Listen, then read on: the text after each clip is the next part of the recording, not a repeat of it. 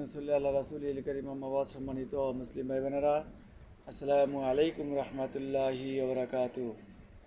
মহান রব্বুল আলামিন, মহান আল্লাহ তাআলা বলেন, ওজুহু ইয়াওমাইযিন মুসফিরা সাহিকাতুন যাহিকাতুন মুস্তাবশিরা।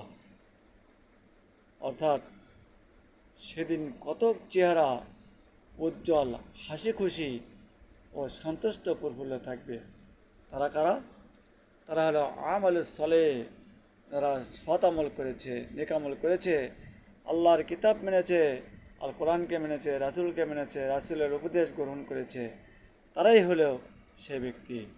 তাদের জন্য রয়েছে জান্নাত, যার নিচে ঝর্ণা প্রবাহিত এবং অসংখ্য সুখ, শান্তি এবং রহমত ইত্যাদি ভরপুর। সুতরাং আমরা রহমতে দরজায় থাকবে ইনশাআল্লাহ। আল্লাহ পাক আমাদের প্রত্যেককে যেন রহমত করেন। সকলেই বলুন আমিন।